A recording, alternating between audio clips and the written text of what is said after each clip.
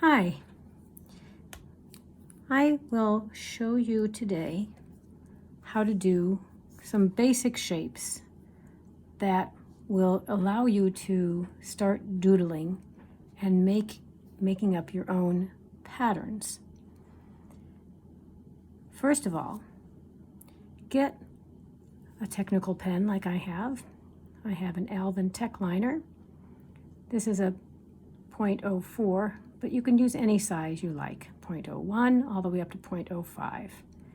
Make sure it's archival quality, whatever pen you use, and it has a nice firm tip. I'm going to use black, but you can use any color you like. I call my technique Hyperdoodle because to me it reminds me that you can get very complex designs simply by adding a shape on top of a shape, inside of a shape, outside of a shape. And my father used to look at my designs and say, "Oh my gosh, that's too complex." And I said, "Dad, that's my cluttered mind." So take the cap off your pen, put it on the back so you don't lose it. And let's start off with some very simple small circles. Doesn't matter what size, doesn't matter what shape, they don't have to be perfect circles, but do make sure that you go slowly enough that you actually close up your circle so that it makes a complete circle. You can make these circles close to each other, they can touch each other, they can be tiny, they can be bigger, but the bigger you go, the slower you should go. Try making some ovals. Again, they can be any type of oval you want. They can be as skinny as you like. They can be almost completely round. They can be kind of kidney shaped if that comes out that way. That's okay too. Doesn't have to be perfect. And if you make a mistake, there's no such thing as a mistake. Make it into something else. Add something to it. Make it into something else. Now, I want you to draw some short lines. The absolute easiest stroke to make with your pen is straight down.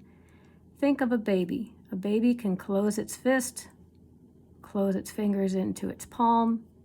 If you're holding a pen, you will make a short line. Doesn't have to be a long line at all. Now, in order to make a square, turn your paper. Make that downward stroke again. This way, you never have to draw sideways or up or out. It's much easier to draw down than it is to draw up or to draw out from your hand. Those lines can be straight, but many times they will not be. If you try to make a square just by drawing 4 lines and going around like that, many times you will not like the result. So turn your paper. Try a triangle. Down, down, or down, down. Like 2 sides of an A or 2 sides of a V. You can even make a pattern out of alternating those two. To make a triangle, turn your paper, draw down, down. Easiest way to draw a straight line. If somebody says, "Oh, I'm not very good at art, I can't even draw a straight line," maybe no one ever taught you. Maybe you were trying to draw too long of a line. Maybe you were trying to go too fast. And maybe you were trying to draw in an awkward angle. Now let's draw some hearts. Hearts come in all shapes. I draw my hearts very symmetrically. You can draw your hearts long and skinny. They can be short. A lot of people make them rounded at the bottom. It doesn't matter. You can also draw them asymmetrically so that one side is bigger than the other. That's fine, whichever way you want to do that. Now let's draw some diamonds. I draw my diamonds by drawing one side and then the other. You can also draw it the top and then draw the bottom. Doesn't matter. One thing about diamonds is you find that they nest inside of each other very nicely. And now I have a diamond shape made out of diamonds. Before I go too far, I'd also like to show you how to combine some of these shapes to make simple patterns. We have circles,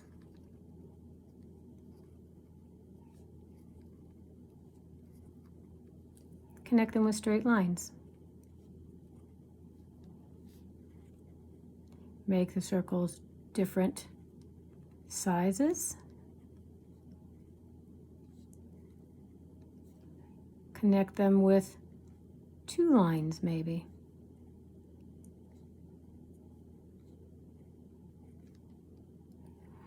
Ovals. Put them very close to each other.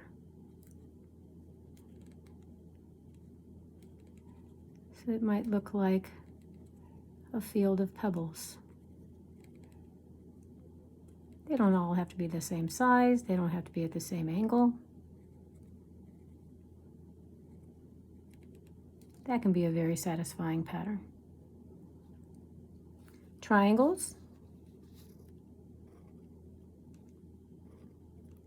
Like I showed you before, you can make them alternate and then turn your paper to make the third side so you can pull down, the easiest way to draw. And then you can also plan for some other triangles.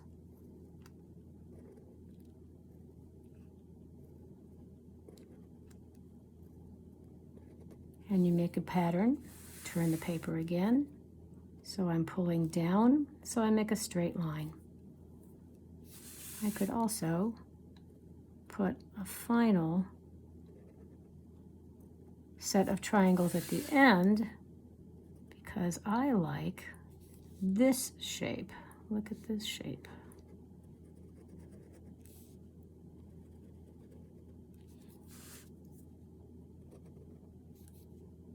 See how I keep angling my hand so that I'm always pulling down no matter what. Move your hand so you're always pulling down at the easiest angle.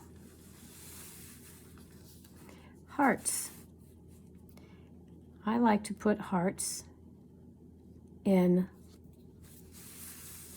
a circle of sorts.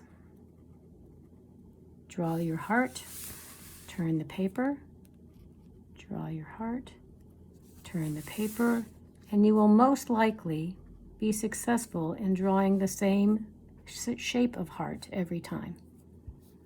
We can add circles.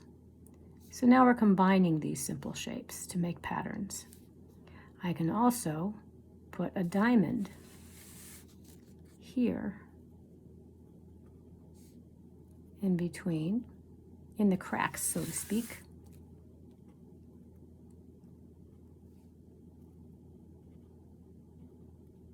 And if you do a whole row of this design, it could be a nice border. Let's go back to the first sheet. Now let's try making some leaf shapes. Parentheses, parentheses. That makes it easy. Make sure that your leaf closes up at each end. You can also add a little vein if you like. And what I'm doing is flicking my pen up to make a very fine line. You can make your leaves very close to each other. So again, they look like a bed of leaves. You can even flick your pen down if you like that. Of course, a leaf can be more rounded if you like, and it can have a more pronounced vein in the middle if you like. A leaf can be very skinny and have a vein that goes all the way through. Experiment with different types of leaves. If you start Let's go back to my pad. If you start anywhere and make a leaf shape and turn your paper very slightly, make the same leaf shape, turn it again, keep turning it. Try to make all these the same size. In this way, Hyperdoodle can be very meditative because you're concentrating on exactly what you're doing, and you can kind of shut out what's going on other places, or even other places in your brain. Now I'm going to end up with a lot of these leaves, which if you go around until you come back to where you started, might look like a flower. Now, this last one's going to be a little squished, but I think I did okay. Of course, you don't have to make that many. You can also turn your paper quite a bit each time. And that's a great way to make a flower. And don't worry if your petals are not the same size or angle, because in nature, things can be quite varied. And besides, we're not going for perfect. Let's go back to the sheet. Now let's practice making some teardrops or raindrops. The important thing about this one is that you start and you don't stop until you get back to where you started. So make one continual line. Do not try to make this in two parts because it will be very obvious where you joined them. You might try going up, around, and down, up, around, and down, down, around, and up, down, around, and up, and you can already see that you can make a pattern out of these, alternating up, around, and down, or down, around, and up. These are also very handy for making petals of a flower. The next shape is a crescent moon. It is a parentheses, but then it's backed by a bigger parentheses, and you have to go slower to make that second shape so that you make sure you end where you want to end. Start here, curve around even more, end where you started before.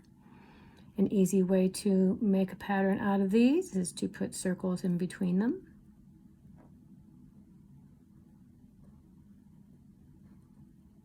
You can also put them very close to each other and have them decrease in size as you go. Almost looks like a lobster tail. Or you can make the shapes get bigger as you go. Just keep trying to make the next one bigger and bigger. That's a possibility. You can also not make both lines curved, but make a D shape. And you'd be surprised how versatile this D shape can be. Let me go to my pad of paper and show you that if you want to, you can make a row of Ds, a column of Ds, and it forms a border. Let's say this is the edge of your paper, and that's the edge of your paper. You can, now watch what I do in the corner. Make an L. It's as if two of these D's have melted into each other. Now I'm going to turn my paper and continue making these D's.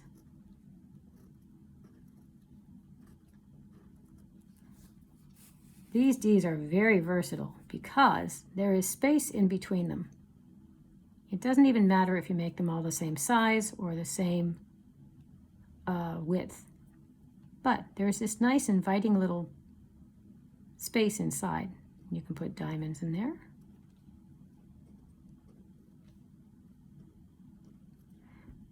Or you could put hearts. I'm going to draw mine upside down.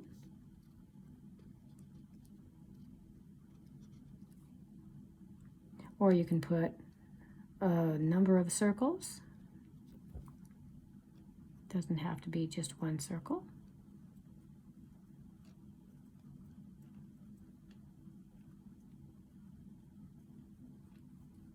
Anything. Then, once you have decided on one design to put in between all of these, you can then decide what else goes in between. Let's take this section here. I can do an echo of that heart shape. Kind of looks like a 3. And then I can extend it outward like that.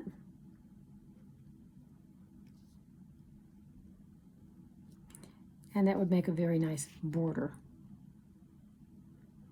I can also add other things to it. You can get as complex as you want. Let's go back to the sheet. There are many different ways to draw a star. We all learned how to draw the 5-point star, which is like that. However, I have practiced the outline of a star, and this is how I did it. I drew a 5-pointed star, and then with my pencil or pen, I just kept going around and around until I practically went through the paper. And then when I thought I had the feel of all those angles, I tried it over here. And I got really good at drawing the outline of a 5-pointed star. If that frustrates you, don't worry. Stars don't have to have 5 points. They can have any number of points, and I'll show you. Just keep going zigzag, but keep going around in a circle as if you have a circle in the middle. And let's see, 7. That's a 7-pointed star. Great. We can make any number of points. Just make sure that you keep looking at the middle because there is an imaginary circle in there. Now, how many was that? 1, 2, 3, 4, 5, 6, 7, 8, 9. That's a 9-pointed star. You can also use those for explosions if you want. Like for 4th of July, you can design your own card. There's also what I call a Persian star, which I've seen in a lot of Arabic art. And it's an interesting shape. It curves down, it curves out, it curves down, and it curves back in. So it's 4 curvy lines, each one. That's with the lines disconnected. I like making these types of stars because I think they fit very well .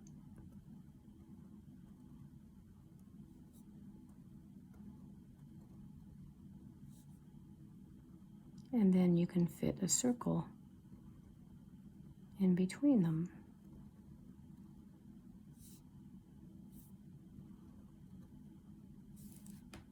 Play around with those. The next shape is zigzag.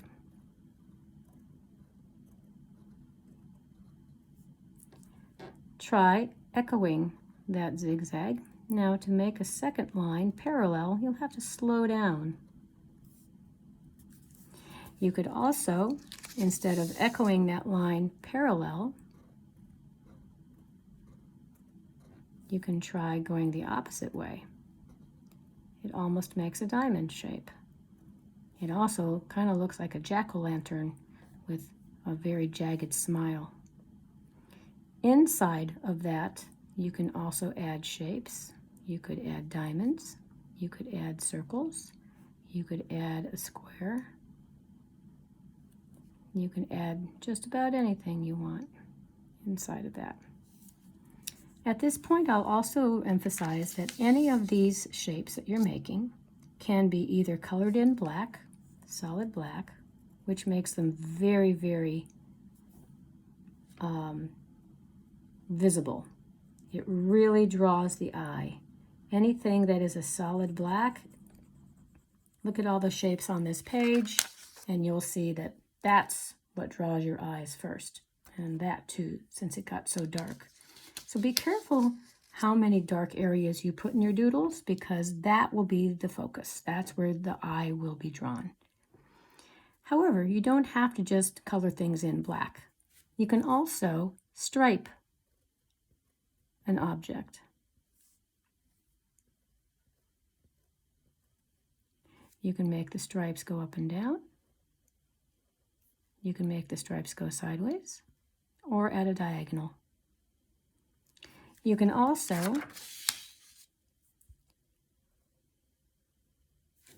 go sideways and make kind of a plaid design. Be careful not to make too many lines, or like I said, it starts to look very dense and very dark, unless that's what you want. If you want that effect, go for it. You can also fill any of these shapes with dots. Now this takes some patience, but it doesn't take a lot of dots to give the effect. And you must go slowly, because you don't want to put a dot on top of a dot, because then it will look like that and it will be dark and everybody will look right there. I see that and nothing else. Let's go on to the next shape. This is a wave shape. You can make an echo of that wave, of course.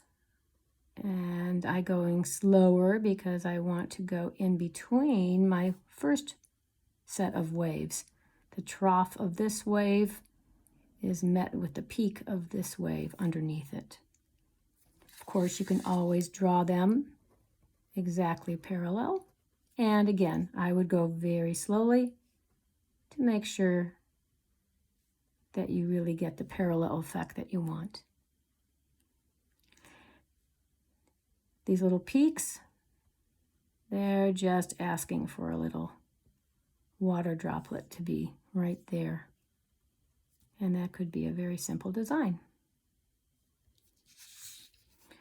This is an interesting shape because they look like feathers when you are done making multiple rows. And I'll show you why.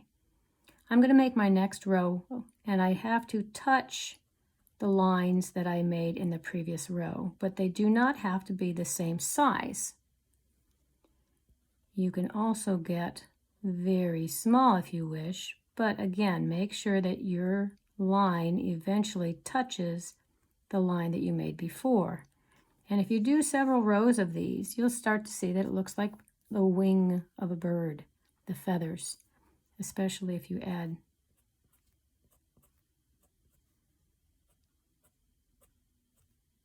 some little flicks. Looks even more like bird feathers. And if it doesn't look like bird feathers, it's just fun to draw. Let's continue. Parallel lines. Parallel lines are a lot of fun to draw. Draw a line any way you want. Draw a line parallel to it. Now, I like to make my parallel lines the same thickness, but if yours doesn't come out exactly the same thickness, if it goes kind of thin and thick, that's okay too, because that's a different style. I'm not going to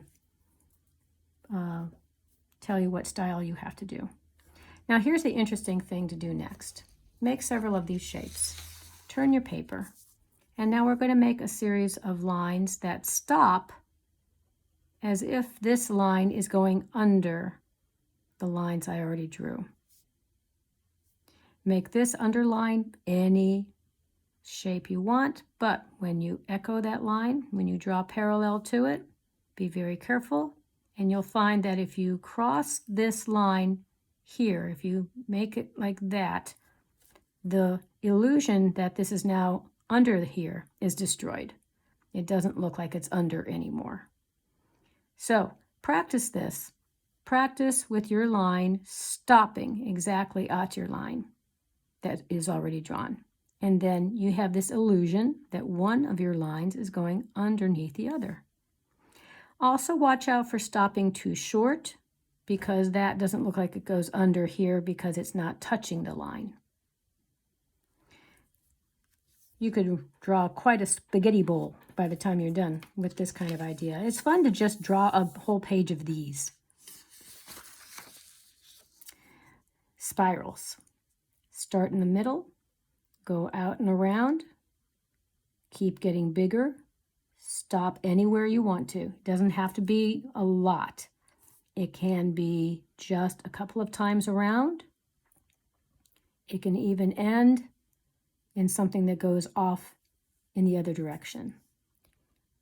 You can even go over here and then go in the opposite direction, make kind of an S. You can start on the outside and try to go in, but I find that that's actually harder. Try it, see which way you prefer.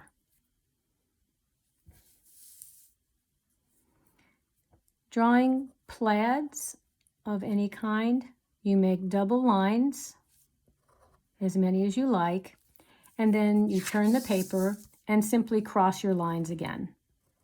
So if you want to draw a tartan type of design, a plaid of any kind, a Scottish or an Irish design, this is a nice design to start with.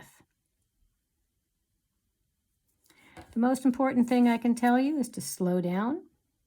You notice all of my drawings are very slow because then I draw what I intend to draw.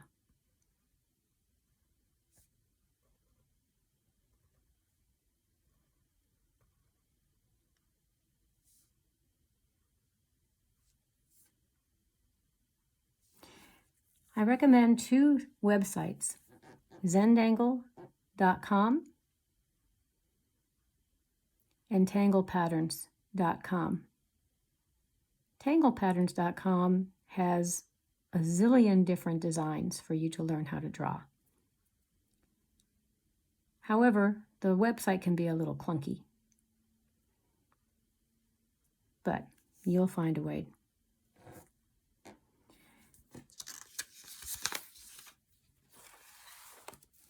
Practice combining your designs, your shapes.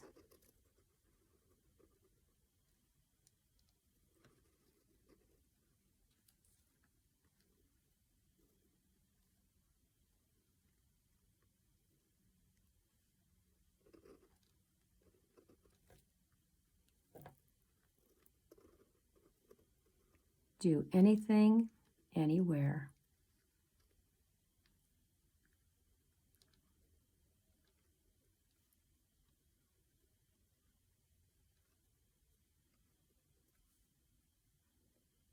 Happy doodling. See you next time.